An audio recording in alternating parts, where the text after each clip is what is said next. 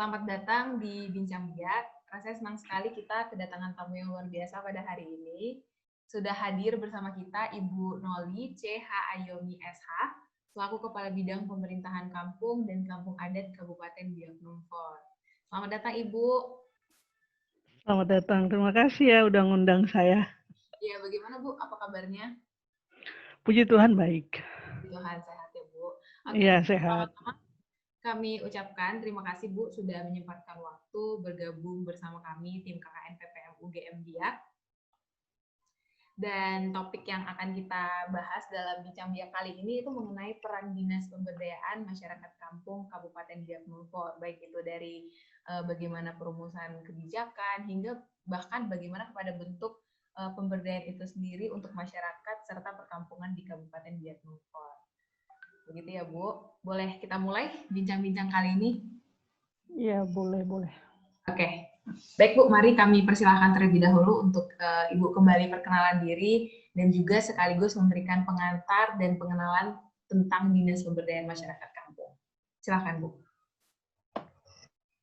Baik, terima kasih. Nama saya Noli Christina Ayomi. Sehari-hari saya bekerja di Dinas Pemberdayaan Masyarakat Kampung. Jabatan saya sekarang sebagai Kepala Bidang Pemerintahan Kampung dan Kampung Adat dari Dinas Pemberdayaan Masyarakat Kampung. Saya baru menjabat sebagai Bidang Pemerintahan Kampung dan Kampung Adat pada bulan Oktober tahun 2019. Nah, menghargai kepercayaan yang Tuhan berikan kepada saya lewat pemerintah Kabupaten Biak Numfor, maka kami berupaya semaksimal mungkin untuk amanah ini bisa kami kerjakan dengan baik. Sebagaimana apa yang diminta oleh host, sebenarnya terkait dengan peran Dinas Pemberdayaan Masyarakat Kampung dalam upaya memberdayakan masyarakat kampung yang ada di Kabupaten Biak Numfor. Ya memang dari nomenklaturnya, dari nama dinasnya aja sudah terkait dengan Dinas Pemberdayaan Masyarakat Kampung. Berarti yang harus kita berdayakan adalah masyarakat kampung itu sendiri dan kampung itu sendiri sebagai suatu lembaga. Di Kabupaten Biak Numfor ada 257 kampung dan 19 distrik. Upaya-upaya yang sudah dikerjakan oleh Dinas Pemberdayaan Masyarakat Kampung dalam menerjemahkan arah dan kebijakan pemerintah, baik pemerintah pusat maupun pemerintah daerah, ya, itu bagaimana kita mensinkronkan arah kebijakan itu yang terimplementasi dalam program dan kegiatan, sehingga program dan kegiatan itu dapat tepat sasaran. Nah, sebenarnya pasti ditanya, apa mimpi dinas masyarakat? Kita lihat mimpi Bupati adalah mewujudkan Numfor yang religius, berkarakter, dan berbudaya. Nah, kalau kita sinkronkan atau kita matchkan dengan bagian ini, maka sebenarnya mewujudkan masyarakat Biak Numfor yang religius. Kalimat ini sendiri, kata religius, itu sudah berurat akar dalam masyarakat Biak itu sendiri. Mereka punya karakter, mereka punya kepercayaan yang kuat, dan mereka punya budaya yang harus kita pelihara dan kita kembangkan. Otomatis dalam terjemahannya, dalam penyelenggaraan pemerintahan kampung, lebih khusus lagi di sini, ya kami berusaha menghidupkan kembali. Jadi bagaimana menjalankan roda pemerintahan di tingkat kampung dengan memperhatikan kearifan-kearifan lokal yang ada di tengah masyarakat. Oke, sebenarnya Bu, kita pengen tahu dulu dari struktur DPMK sendiri. Kalau kita lihat dari website DPMK Biak Numfor, itu akan ada terbagi beberapa bagian yang saya lihat ada diantaranya bidang pemerintahan kampung dan kampung adat, bidang pemberdayaan lembaga kemasyarakatan, lembaga adat, dan fasilitas kerjasama antar kampung, serta pemberdayaan ekonomi sumber daya alam dan teknologi tepat guna.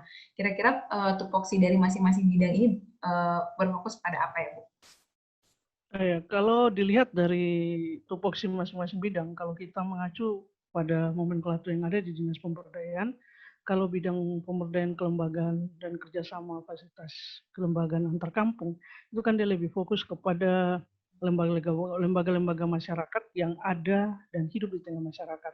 Kalau kita gunakan pendekatan metode teori kelembagaan untuk melihat lembaga-lembaga apa saja yang ada di tengah masyarakat, ketika kita menyusun sebuah dokumen rencana pembangunan jangka menengah kampung, kan ada yang namanya metode kelembagaan itu. Bagaimana kita menganalisa kelembagaan-kelembagaan apa saja yang ada di tengah masyarakat. Kalau di Kabupaten Biak Numfor sendiri, selain kelembagaan yang dibentuk oleh pemerintah, ada juga kelembagaan adat dan kelembagaan yang dibentuk oleh agama, dalam hal ini gereja ya, karena mayoritas masyarakat adalah kelembagaan yang ada di tengah masyarakat, yaitu gereja. Sedangkan kalau bidang ekonomi, dia lebih menitik beratkan pengembangan ekonomi lokal masyarakat. Kemudian kalau bidang pemerintahan kampung dan kampung adat, ya bagaimana kita memberdayakan roda pemerintahan di tingkat kampung, baik kampung secara administratif maupun kita mendorong adanya kampung adat ke depan. Dan sampai dengan hari ini Biak belum ada kampung adat, namun ada beberapa agenda yang kita coba untuk mendesain, karena dari sisi keuntungannya, dari sisi bahasa di seluruh kampung di Biak itu memiliki bahasa yang sama. Kemudian kalau kita mau menghidupkan kearifan-kearifan lokal, kenapa tidak? Kita tidak mendorong sebuah kampung adat ada di Kabupaten Biak Numfor. Tapi memang terkendala dengan cepatnya pengaruh dari luar, perubahan-perubahan yang masuk, karena dia kan daerah pesisir. Ya kalau kita mau kategorikan dia jadi pedalaman, hampir semua daerah mudah dijangkau. Mungkin hanya memang letak geografisnya kesulitannya saja. Kesulitannya ya paling kalau musim ombak, kita mau ke Kepulauan Paredo dan Aimando atau Numfor itu yang cukup jauh. Tapi kalau yang lain bisa kita jangkau dengan sarana transportasi seperti itu. Oke, kebetulan juga Ibu spesifik dari bidang pemerintahan kampung dan kampung adat. Dan tadi Ibu juga bilang mau meningkatkan, menghidupkan kembali kampung adat. Nah, ini sejalan Bu dengan artikel yang saya baca di papuaantaranews.com bahwa memang akan ada 100 kampung. Jadi DPMK berencana membentuk 100 kampung adat dalam upaya menjadikan desa model untuk melestarikan budaya asli di Papua. Kebetulan berita ini di tahun 2019, dan apakah memang kedepannya sudah dibentuk beberapa program atau rencana kegiatan untuk mewujudkan pembentukan 100 kampung adat tersebut? Ya, kalau upaya pembentukan 100 kampung adat itu kan program kegiatannya DPMK Provinsi Papua yang kemudian diterjemahkan juga ke kita di Dinas Pemberdayaan Masyarakat Kampung. Untuk saat ini dari sisi pemerintahan administrasi kita sudah punya 257 kampung. Kalau kita mekarkan lagi, ya ini kan terkait dengan kemampuan pemerintah daerah untuk membiayai. Namun dari sisi pengembangan adatnya tidak menutup kemungkinan untuk kita juga mendesain bagian ini, karena kita menangkap peluang juga dari pusat yang memberikan ruang yang cukup luas kepada pengembangan kampung-kampung adat, karena dengan demikian kita masih memiliki ciri dan karakteristik daripada pemerintahan yang kita jalankan, karena memiliki nilai-nilai adat yang masih kita hormati dan kita hargai begitu. Nah, untuk kita tarik kembali ke amanat daripada Undang-Undang 21 tahun 2001 tentang otonomi khusus bagi Provinsi Papua, memang saya lihat di sebagian besar pasal untuk mengamanatkan bahwa pemerintah memang harus memberdayakan kearifan lokal, menjaga adat istiadat, dan mengembangkan hak-hak masyarakat adat. Bahkan Bu, ya memang empat hal pokok dalam otonomi khusus, yang itu pemberdayaan masyarakat asli, kemudian pengembangan ekonomi bagi masyarakat asli, dan yang paling penting itu kita sebenarnya keberpihakan kepada orang asli Papua. Ya, bagian ini yang memang sangat sensitif, kadang-kadang diterjemahkan sebagai bentuk-bentuk primordialisme. Namun yang harus kita pahami memang untuk mengembangkan karakteristik orang Papua, kita juga harus mengenal latar belakang budaya dan sejarah, sehingga kita tidak salah dalam metode pendekatan. Kenapa saya katakan demikian? Karena ketika bergulirnya Otsus, ada banyak pendekatan yang hampir menurut kami kurang sejalan dengan teori pemberdayaan itu sendiri. Contohnya, program-program bantuan-bantuan yang langsungnya bersifat dari atas turun, memberikan bantuan-bantuan, di situ bagi kami kurang adanya proses pemberdayaan. Harusnya kita lebih mengedepankan, ibarat kita ingin memperoleh ikan, ingin orang Papua itu berhasil, kita tidak langsung memberikan apa namanya ikan untuk dimakan, tapi bagaimana kita menyiapkan mata kailnya, jaringnya, kita menyediakan umpan. Nah, kemudian kita mendorong mereka untuk memanfaatkan potensi sumber daya alam yang mereka miliki sendiri. Seperti itu, kadang ada bagian-bagian yang menurut saya pendekatannya juga kurang. Demikian juga di kami di Dinas Pemberdayaan Masyarakat, ada hal-hal yang menurut kami juga ada kekeliruan karena proses pemberian bantuan bukan proses pemberdayaan, tapi kecenderungan menjadi jadi malas, orang jadi malas berusaha, orang hanya berharap sama bantuan. Contoh-contoh konkret yang bisa kita lihat, contoh misalnya pemberian bantuan raskin. Itu sebenarnya juga memutus ini, membuat pembunuhan karakter kalau kita bisa bilang. Kenapa saya katakan pembunuhan karakter? Orang jadi malas menjaga dusun sagunya. Orang jadi malas membuka lagi dia punya kebun keladi. Orang jadi malas buat membuka kebun-kebun yang merupakan sentra-sentra produksi unggulan seperti pangan lokal yang harusnya dikuatkan. Dulu orang Papua makan papeda, makan kasbi, orang di Biak bilang makan aibemun, keladi tumbuk. Keladi yang ditumbuk dikasih kelapa, lalu dikasih gula sedikit, dimakan, kemudian memanfaatkan potensi yang ada, sayur-sayuran yang di alam, jadi deh dia sehat dan dia punya kualitas sumber daya yang cukup mampu bersaing. Kenapa saya katakan kelihatan bisa bersaing?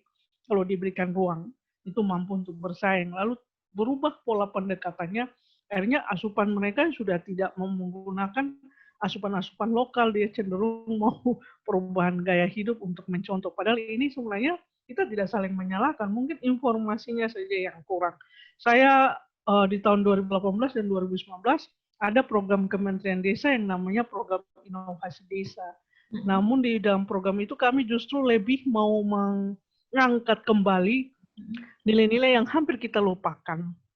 Karena salah satu program inovasi desa itu bagaimana meningkatkan kualitas sumber daya manusia itu dengan melihat dengan melakukan terobosan-terobosan yang sifatnya inovatif. Hal yang inovatif yang bisa kita kadang berpikir mengambil, mencontoh, menggunakan teknologi yang canggih. Tapi kita melupakan bahwa sebenarnya kita punya sumber daya alam yang cukup baik, kita punya nilai-nilai proses pembelajaran yang bisa kita pakai, yang bisa kita hidupkan kembali, yang sebenarnya bisa dicontohi oleh orang-orang di luar Papua. Nah, contohnya seperti di Numfor, orang bisa makan yang namanya pokem. Pokem itu apa? Pokem itu semacam gandum yang didapat dari tanaman bakau itu hasilnya. Lalu bisa diolah dan dikonsumsi. Zaman dulu orang-orang di Numfor memakan itu. Dan mereka sehat, anak-anaknya, rangka-rangka tulang badannya cukup besar, dan kalau kami lihat secara postur tubuhnya. Nah, kenapa bagian-bagian ini harus dihilangkan? Mungkin kalau kita teliti ke depannya, mungkin nilai-nilai gizinya jauh lebih daripada beras raskin yang kadang sampai di kampung kualitasnya sudah jauh sangat memprihatinkan. Ya, kami tidak menyalahkan bagian itu, tapi yang tadi saya bilang mungkin ada pola-pola pendekatan yang penting untuk kita harus lihat bersama kembali, sehingga kita juga tidak saya kira kita tidak bijaksana kalau kita menjudge bahwa itu semata-mata kesalahan pemerintah pusat, itu kesalahan pemerintahan provinsi, dan itu, tapi kita sendiri sebagai anak-anak asli Papua, anak-anak asli Biak yang sudah dibekali dengan banyak ilmu pengetahuan, harusnya ilmu yang kita miliki itulah yang bagaimana kita menggunakannya, mendesainnya, sehingga dapat memberdayakan diri kita sendiri, kemudian lingkungan di sekitar kita, kampung kita itu, dan kedepannya lebih besar. Mungkin itu saya. Kalau pemikiran saya ini jadi meluas nih, luas. Oke, Bu. Oke, jadi sebenarnya saya menjadi penasaran, biasanya pola komunikasi yang dibangun oleh DPMK terhadap masyarakat itu bagaimana, Bu? Karena kan tadi wujud yang diinginkan oleh DPMK itu membentuk masyarakat yang mandiri dalam baik itu dalam mencetuskan suatu inovasi dan peningkatan sumber dayanya sendiri. Pola komunikasi yang dibentuk itu seperti apa, Bu? Ya, jadi kan kalau kita lihat bahwa mimpi DPMK itu tadi saya bilang masyarakat mandiri, otomatis kampungnya mandiri. Kalau konsep kampung mandiri secara regulasi dari pusat sampai ke daerah kan jelas. Kalau kita baca Undang-Undang Nomor 6 itu dengan jelas disampaikan di sana. Nah, berkaitan dengan ini, apa pola pendekatannya yang tepat atau komunikasi yang kita lakukan? Yang pertama kan kita komunikasi dua arah. Komunikasi verbal, artinya melalui kegiatan-kegiatan sosialisasi dan pelatihan. Kemudian komunikasi nonverbal itu melalui surat menyurat. Kita bisa saja membuat surat, kita menyiapkan regulasi-regulasi yang kita kirim ke bawah untuk memprotek atau mempelisur segala arah kebijakan pemerintah kampung dalam penyelenggaraan pemerintahnya itu bisa tepat sasaran sehingga mimpi kita atau tujuan kita itu bisa tercapai, yaitu kampung yang mandiri. Kalau kampung itu mandiri otomatis masyarakatnya mandiri. Kalau masyarakatnya mandiri, kalau kita turun ke bawah berarti keluarganya ada kemandirian, ada kesejahteraan di situ. Ya. Oke. Begitu mungkin, Bu. Baik, Bu. Jadi untuk bidang pemerintahan kampung dan kampung adat, apakah memang ada fokus ataupun harapan ke depannya dengan pelaksanaan program OPD seperti program peningkatan keberdayaan pedesaan, sumber daya pemerintahan kampung, dan penataan kelembagaan hingga peningkatan masyarakat kampung di pedesaan? Kalau kegiatan peningkatan keberdayaan kan kita ada kegiatan pengendalian dan fasilitasi pengendalian dan pengelolaan dana desa. Ya, di situ bagaimana kita mendampingi, mengendalikan, mendesain berbagai regulasi agar peruntukan dan penggunaan dana desa itu tepat sasaran. Kemudian dari sisi pengolahan administrasi keuangannya lebih akuntabel. Bagaimana supaya lebih tepat sasarannya? Kita mengadvokasi atau mendampingi sejak dari tahapan perencanaan.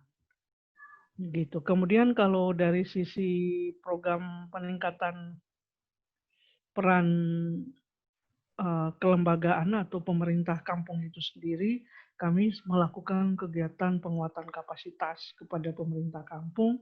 Kami juga melalui brosur-brosur, melalui pamflet, melalui selebaran, tapi juga membangun komunikasi dengan menggunakan teknologi yang ada, membentuk grup-grup WhatsApp sebagai ruang informasi dengan membagi berbagai macam informasi seperti bagaimana membuat surat menyurat yang baik, surat keluarnya modelnya seperti bagaimana, surat masuk, surat keterangan bagaimana, surat pengantar bagaimana, kemudian kalau membuat berita acara bagaimana, membuat surat pesanan barang bagaimana, itu bagian-bagian yang juga kita advokasi di sana.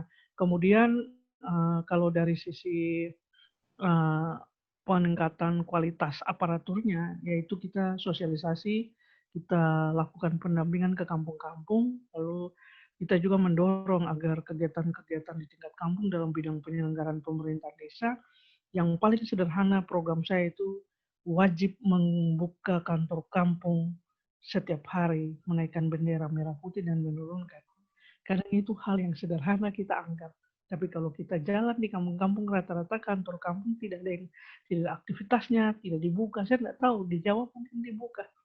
Kadang-kadang kan kalau kita jalan hanya, ini bahkan kadang rumputnya tinggi, nggak ada aktivitas.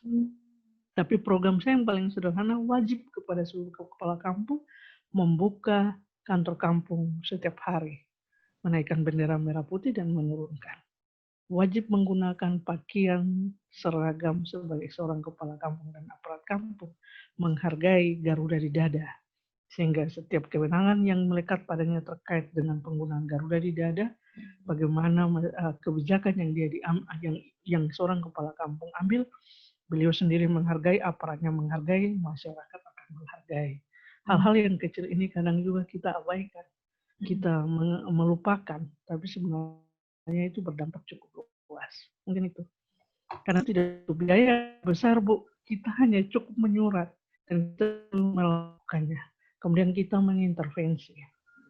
Memang kalau dari sisi pembiayaan kita sangat terbatas karena Pemda Biak dengan pendapatan asli daerah yang sangat terbatas dan APBD yang kurang. Mungkin saya kira teman-teman di UGM memiliki informasi yang cukup tentang bagian ini. Apalagi kalau sudah berdiskusi dengan Bapeda, Dinas Pemberdayaan Masyarakat yang bersentuhan langsung dengan masyarakat, tapi pembiayaannya sangat terbatas. Nah, bagaimana kami mensiasatinya? Yaitu itu, kita lebih mendorong kepada upaya partisipasi dan kemandirian dari kampung itu sendiri untuk membiayai kebutuhannya. Terkait dengan tugas dari bidang pemerintahan kampung dan kampung adat, tadi ada mendampingi dan memperhatikan penyelenggaraan dana desa agar tepat sasaran. Kira-kira apakah dalam penyelenggaraan dana desa, terutama juga pemberian beberapa bantuan sosial, apakah dilakukan pengawasan dari DPMK, Bu? Ya, kita melakukan pengawasan. Kami sendiri juga setiap tahun itu mengeluarkan petunjuk teknis terkait pengelolaan dan penggunaan dana desa. Kemudian untuk tahun ini khusus BLT, kalau kita bicara tentang bantuan langsung tunai dari sisi regulasinya, sebenarnya itu kan menurut saya dan menurut kajian teman-teman yang beraktivitas di bidang pemberdayaan masyarakat pasti sangat mengatakan bahwa pemberian BLT itu kalau dari sisi regulasinya sebenarnya bertentangan dengan Undang-Undang Nomor 6 Tahun 2014. Kenapa? Pengertian desa saja sudah jangan jelas di situ bahwa desa adalah apa namanya suatu masyarakat hukum kah yang diberikannya itu pengertiannya bagaimana itu. Saya tadi coba lihat-lihat supaya jangan saya lupa karena saya kurang hafal juga itu, tapi setahu saya pengertian dari desa itu kan di situ sudah dengan jelas dibilang berdasarkan Undang-Undang Nomor 6 itu dengan jelas di situ dibilang bahwa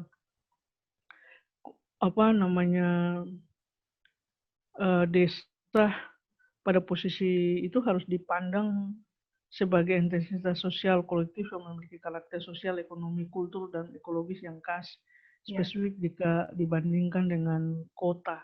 Dan desa berdasarkan Undang-Undang Nomor 6 itu kan diberikan menjadi pemahaman sebagai suatu hal di mana desa diberikan kewenangan yang sangat luas di situ untuk menyelenggarakan pemerintahnya sendiri dan melaksanakan kewenangan untuk menjalankan pemerintahan dan melaksanakan pembangunan.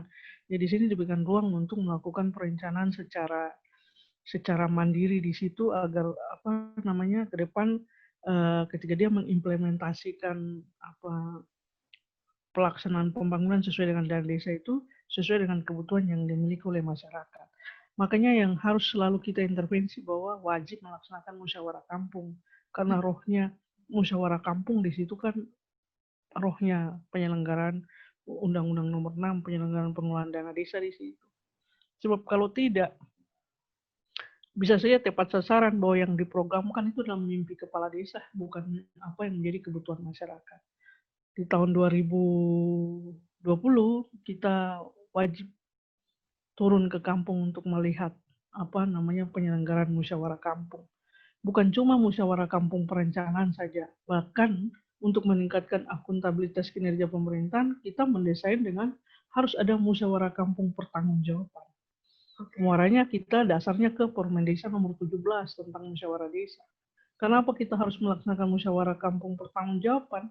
Sehingga kepala kampung harus mempertanggungjawabkan kegiatan-kegiatan apakah yang dia biayai itu sudah sesuai dengan dokumen APBK dan RKPK dan itulah hasil musyawarah kampung. Bagian ini yang selalu menjadi perhatian kita. Kita selalu monitoring, kita lakukan evaluasi. Kita juga melibatkan tenaga pendamping lokal desa, pendamping desa, dan tenaga ahli yang ditugaskan oleh Kementerian Desa dan Daerah Tertinggal.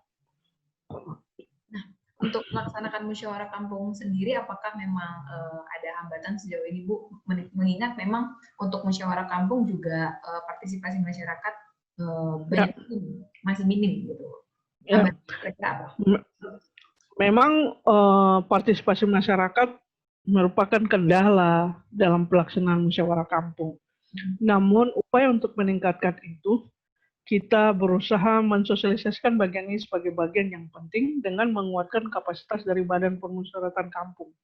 Bamuskam itu sendiri sebagai kelembagaan yang perencanaan yang ada di tingkat kampung untuk dapat melakukan ini. Kemudian melibatkan stakeholder terkait seperti orang-orang kunci yang ada di masyarakat yang mampu, seperti pemuka agama, tokoh adat, guru, polisi, TNI Polri di sana. Sehingga mereka juga bisa memberikan kontribusi-kontribusi pemikiran yang cukup baik.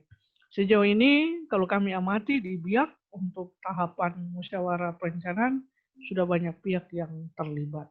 Mungkin ada juga beberapa kampung yang nakal karena mungkin tidak mengundang dan sebagainya, tapi dari 257 kampung secara keseluruhan untuk tahun 2020 semua melaksanakan musyawarah kampung dan cukup representatif para pihak yang hadir. Oke, melanjutkan tentang bantuan sosial, Bu, apalagi kita sekarang dalam masa pandemi, bagaimana penyelenggaraan bantuan sosial di tengah pandemi? Apakah memang sudah optimal atau mengalami beberapa kendala miskomunikasi di lapangan? Kalau di tahap 1 memang banyak miskomunikasi. Kenapa kami katakan banyak miskomunikasi? Kalau kita mau runut ke belakang, ketika Peraturan Menteri Desa nomor 6 tahun 2020 yang mengganti Permendesa nomor 11 tentang prioritas penggunaan dana desa itu keluar, untuk Pemda Biak Numfor sendiri itu kita sudah pada fase tahapan dananya sudah disalurkan oleh KPPN ke ke rekening kas kampung. Rekening kas kampung. Kemudian sudah ada pembatasan sosial berskala besar. Pembatasan sosial berskala besar ini sehingga sudah akses transportasi dari antar distrik, antar kecamatan itu sudah putus. Sudah susah kita untuk ke sana. Di Biak sendiri pada situasi itu, ekonomi kita saya katakan sedang rawan. Kalau saya katakan sedang rawan, karena ketika kita lakukan minta pembayaran dana desa ke pihak Bank Papua, itu jumlah nilai rupiah yang ada di bank itu sudah sangat terbatas. Pimpinan bank sampaikan sama kami, kalau dia sudah ke semua bank minta pinjaman, itu kalau dibayarkan ke kita, dana desa, maka yang terjadi para nasabah yang mau ngambil uang di ATM bisa saja uangnya nggak ada. Itu yang pertama dari sisi rupiah, perputaran nilai rupiah. Yang kedua dari sisi ketersediaan bahan. Kalau kita memberikan uang, apa yang mau dibeli? Bahannya nggak ada. Sementara akses ke kota sudah susah dan di kota juga sudah sangat terbatas bahan-bahan itu. Akhirnya pemerintah daerah melakukan intervensi. Saat itu dibilang tidak boleh kasih bahan makanan dan sebagainya.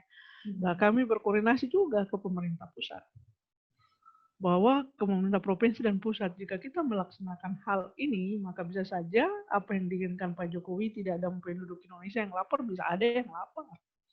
Karena ada uang tapi tidak ada barang untuk dibeli. Apalagi untuk daerah-daerah yang harus menggunakan sarana transportasi untuk tiba di ibu kota kabupaten. Sedangkan di ibu kota kabupaten aja nilai perputaran rupiah sudah sangat melemah. Artinya melemah bukan dari sisi kursnya, tapi jumlah rupiah yang beredar. Akhirnya kita mengeluarkan peraturan bupati untuk mengatur itu dengan memberikan bahan makanan, dan yang kita tetap nominalnya kita tetap rupiahkan sesuai dengan arah dan kebijakan dari pemerintah pusat, yaitu per bulan 1.800.000, 3 bulan 1.800.000, per bulannya 600.000.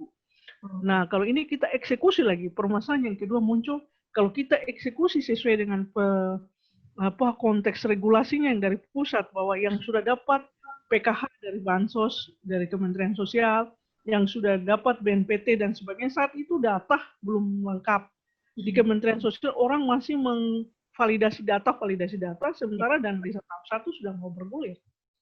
Akhirnya suka tidak suka, kita bilang, kalau yang sudah punya data di distrik atau di kecamatan bisa dieksekusi seperti itu, tapi intinya semua dikembalikan ke hasil musyawarah kampung sesuai dengan kewenangan yang dimiliki oleh kepala kampung. Sebab kalau kita tidak melakukan itu, bisa saja di kampung itu tidak ada yang bisa dapat PKH dana desa. Kenapa BLT dana desa? Kenapa saya katakan demikian? Karena BLT dana desa itu sasarannya PKH yang non PKH, non BNPT yang tidak dapat di jaring pengaman sosial lainnya. Sementara kalau kita mau hitung dana desa dalam rumusan formulanya itu kan ada namanya jumlah penduduk miskin dan jumlah penduduk. Data jumlah penduduk miskin ini juga kita dapat dari DTKS itu, data terpadu Kementerian Sosial, dari Kementerian Sosial. Kalau kita hitung dana desa dari pusat itu kan data itu dari mereka juga. Kalau kita mau runut, otomatis jumlah orang miskin di kampung ini sudah kena di PKH. Kemudian yang jumlah orang miskin tiba-tiba ya di kampung pasti tidak ada pengusaha. Yang ada kan mereka semua adalah petani dan sebagainya. Nah, mereka ini tetap bercocok tanam, tapi untuk mau jual ke kota sudah tidak bisa. Makanya kita lebih membantu dengan memberikan minyak goreng, memberikan minyak tanah, memberikan bahan-bahan yang tidak bisa didapat di kampung. Tapi nilai rupiahnya kita tetap ini. Ya memang masalah yang paling rumit itu terkait dengan data. Nah, data itu jadi sesuatu hal yang sangat mempengaruhi ketika implementasi pelaksanaan BLT. Nah, kemudian miskomunikasi terjadi karena kita ngirimnya via WhatsApp.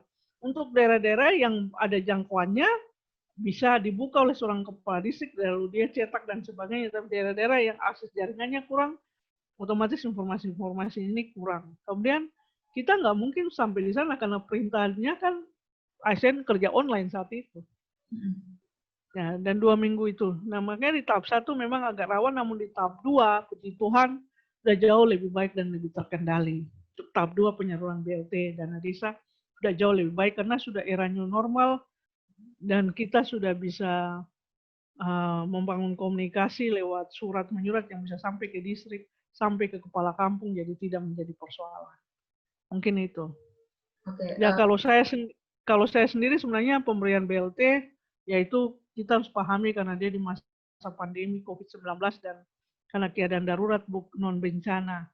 Tapi kalau untuk pelaksanaan BLT kan untuk program pemerintah, untuk program Kementerian Desa itu bagi kami kan sebenarnya itu bukan konsep pemberdayaan.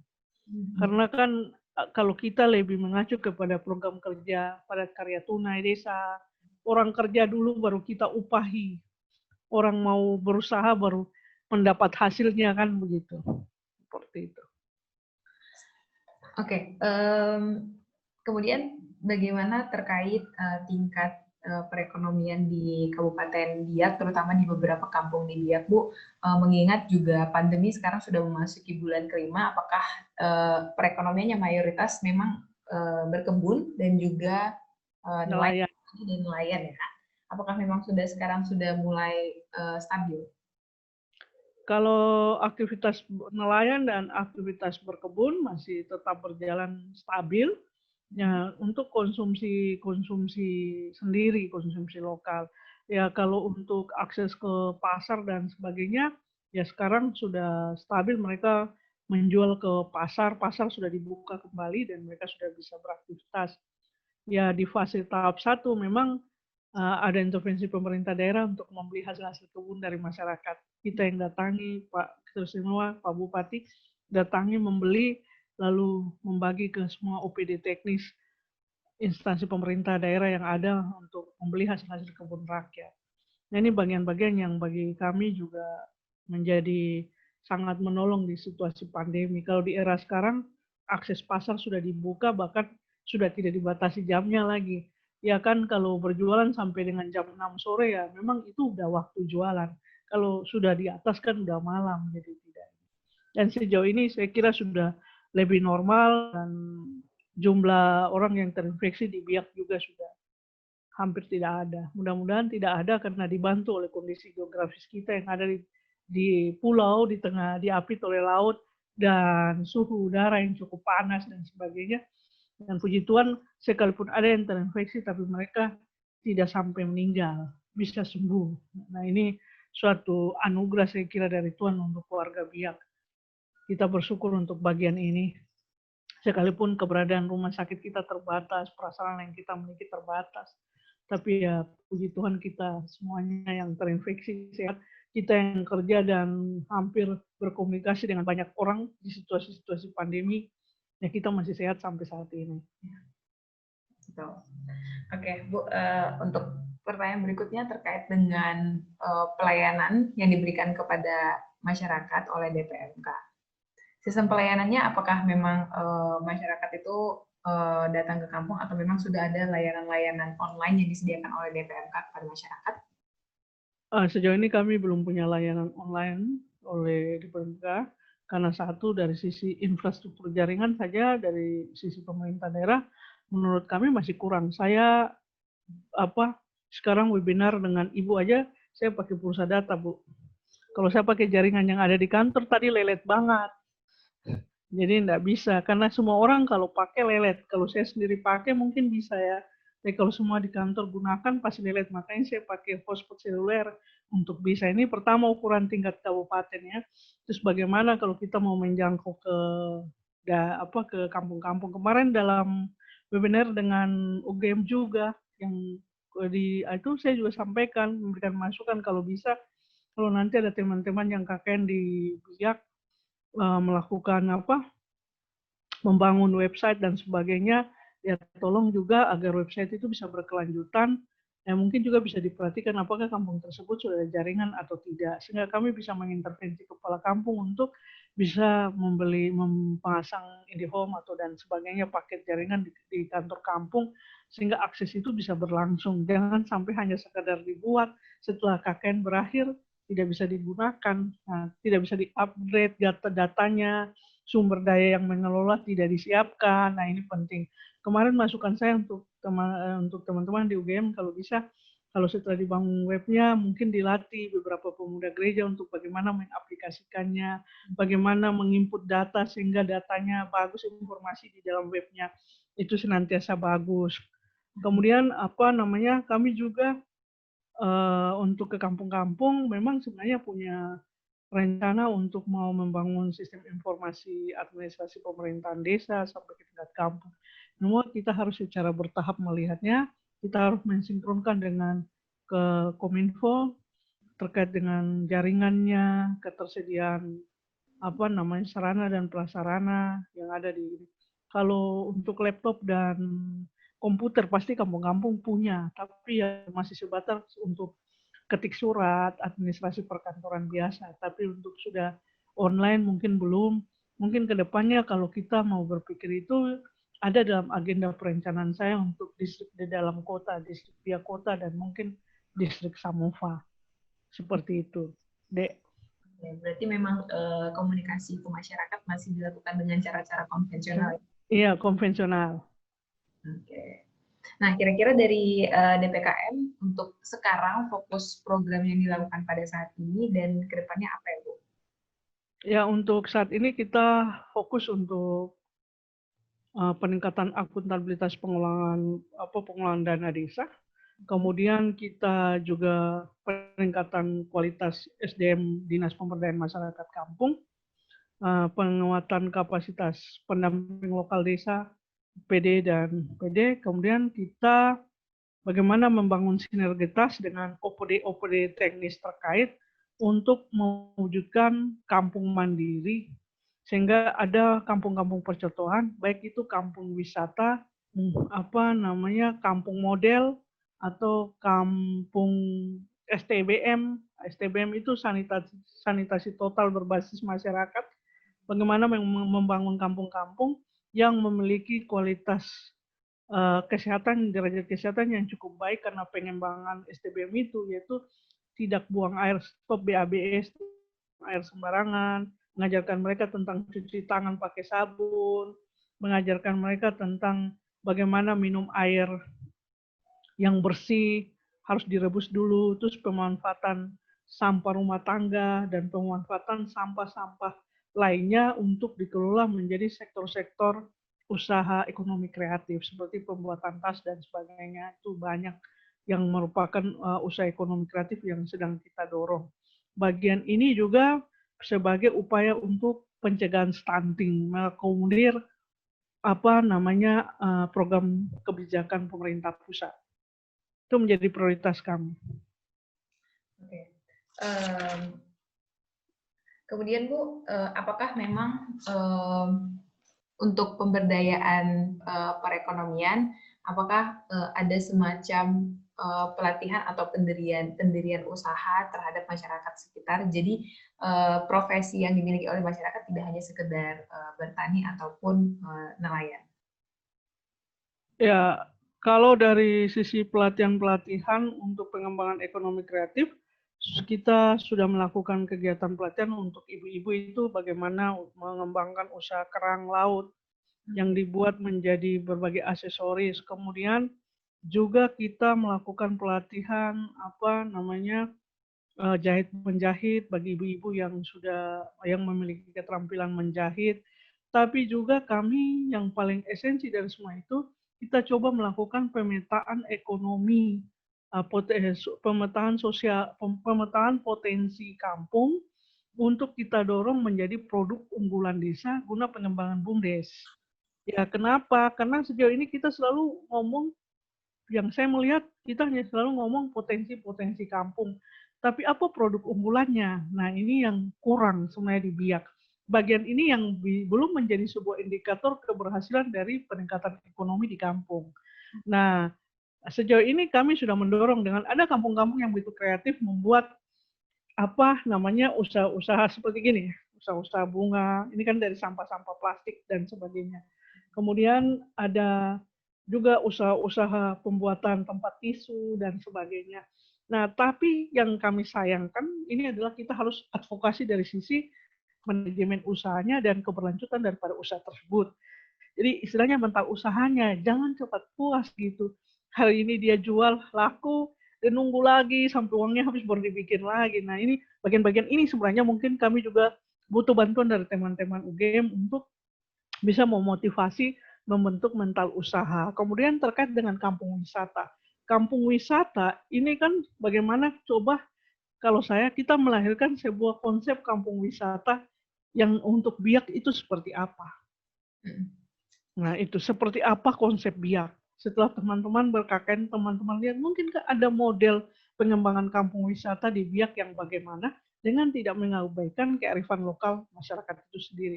Saya punya mimpi begini, kalau kita bentuk pendidikan anak usia dini di misalnya contoh Kampung Angga Duber, karena saya dengar ada yang minta saya punya profil Kampung Angga Duber, saya sudah kasih sama ibu yang mungkin hubungi ibu tadi, saya tidak tahu namanya. Nah, terus ya, kemudian itu dari PAUD, kalau di situ adalah anak itu pintar renang, pintar nyelam, pintar apa ya dididik, pintar nyelam, agar ke depan dia yang akan mendampingi turis-turis yang datang untuk nyelam dan sebagainya. Kalau dia pintar panjat pohon kelapa, coba kita membuatnya bagaimana supaya itu bisa jadi objek wisata untuk dilihat. Misalnya cara dia manjatnya mungkin dengan lompat-lompat seperti begini, dilatih seperti itu. Sehingga orang lihat, wah unik ya cara mereka naik kelapa, bisa diambil gambarnya di foto. Bukan hanya spot-spot indah, tapi juga ada hal-hal yang menarik. Terus kalau di situ ada tarian-tarian adat atau nilai-nilai kearifan atau orang bilang tradisi-tradisi yang bisa kita kembangkan, yang harus dikembangkan. Kemudian pengembangan kotek-kotek atau homestay. Nah, coba dia yang memiliki kearifan. Saya lihat banyak sekali desain-desain yang tidak perlu harus dari batu dan sebagainya, tapi kenapa kita tidak misalnya dari kayu atau dari bambu sesuai dengan potensi yang dimiliki itu. Tapi kita juga harus berpikir bagaimana kualitasnya agar orang yang tinggal tidak dingin di situ. Mungkin butuh sentuhan-sentuhan dari teman-teman di di UGM untuk memberikan motivasi kepada warga masyarakat di kampung seperti itu.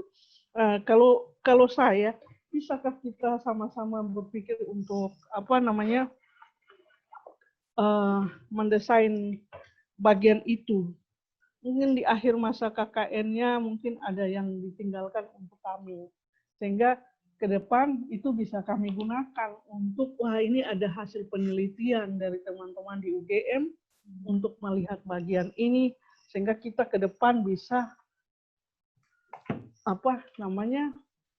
lebih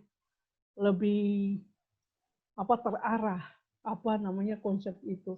Jadi kita dalam upaya mengembangkan kampung mandiri, kita menyiapkan kampung wisata, kampung STBM, kampung tanggap siaga, desa tanggap siaga di Biak termasuk rawan-rawan gempa. Nah, bagian-bagian ini bisa kita lihat bersama sehingga ke depan bisa lebih bagi kita. Mungkin itu. Oke. Pertanyaan terakhir dari saya untuk menutup sesi diskusi kita kali ini. Oh ya, baik. Sebagai informasi untuk teman-teman bahwa memang layanan DPMK ini sudah bisa diakses melalui website dan tampilannya memang tentunya juga sudah rapi muatan website, bahkan dari profil, tugas, fungsi jabatan, dan juga beberapa bidang itu memang termuat di website. Tapi ada beberapa program seperti program OPD itu tidak termuat dengan baik, misalnya program peningkatan masyarakat kampung di pedesaan, lingkupnya apa saja itu memang belum termuat di website Bu. Apakah dari DPMK sendiri ada rencana ke depannya untuk mengembangkan website tersebut terlepas dari terkendala jaringan yang memang sedang dialami oleh DPMK saat ini? Oh ya, pasti. Nanti kami sampaikan untuk bagian itu, karena itu program kantor saya harus berkoordinasi dengan PLT Kadis ya, kepala dinasnya. Tapi kalau saya memang kalau untuk ke depan yang lebih baik harus kita kembangkan, kita harus memperbaiki apa-apa yang kurang. Kemudian kalau websitenya menu-menunya masih kurang ya, kenapa tidak kita tambahkan sehingga ke depannya kan jauh lebih baik. Ya. Oke, mungkin ada lagi yang ingin mau ditambahkan Bu? Ya, saya kira itu saja dari kami, dan kami berharap ada kerjasama yang baik, ada masukan-masukan yang bisa diberikan oleh UGM untuk kami, sehingga ke depan dalam pengembangan upaya mewujudkan masyarakat kampung yang mandiri, itu kita sudah punya pendekatan yang dari sisi ilmiahnya sudah ada hasil analisanya berdasarkan teman-teman KKN, hingga ke depan itu lebih membantu kami untuk mengaplikasikan di tengah masyarakat. Oke, siap. Baik Bu, jadi saya kasih kesimpulan terlebih dahulu terkait diskusi kita pada hari ini. Jadi memang DPMK ini fokusnya adalah bagaimana memberdayakan masyarakat dengan mempertahankan nilai-nilai kearifan lokal, dan memang sesuai dengan tupoksi dan lingkup dari masing-masing bidang untuk baik itu memberdayakan lembaga, perekonomian, dan juga bidang pemerintahannya sendiri. Memang untuk lembaga akan ada terbagi menjadi lembaga adat dan juga lembaga agama. Serta pola komunikasi yang dibentuk oleh DPMK ada verbal dan juga non-verbal, sehingga memperluas tingkat komunikasi mulai dari sosialisasi, advokasi, pendampingan kepada dinas-dinas terkait, pemerintah desa, perangkat desa, dan juga terlebih pada ke masyarakat. Dan DPMK sendiri juga untuk perekonomian sudah mulai melakukan pemetaan potensi kampung dengan memperhatikan keunggulan dari kampung tersebut dan juga sumber daya manusia disesuaikan dengan aspek-aspek yang lainnya. Demikian Bu, demikian teman-teman terkait DPMK. Kita sudahi dulu bincang biak untuk hari ini. Kedepannya kami memang berharap tim KKN PPM UGM Biak itu senantiasa menjalin hubungan baik dengan DPMK, terutama dengan Ibu Noli. Terima kasih banyak ya Bu. Aku juga makasih. Ya, semoga edisi Bincang Biak hari ini bisa memberikan dampak yang luas bagi masyarakat, serta membuka pemikiran cakrawala baik bagi kami, tim KKN, dan juga pemerintah daerah Kabupaten Biak Numfor. Oke, sekian dari saya dan juga Ibu Noli. Selamat bekerja untuk teman-teman pejuang KKN, dan sampai bertemu di Bincang Biak yang berikutnya. Kasumasa Ibu. Kasumasa. Salam sehat. Salam sehat. Oke, terima kasih ya Bu. Ya.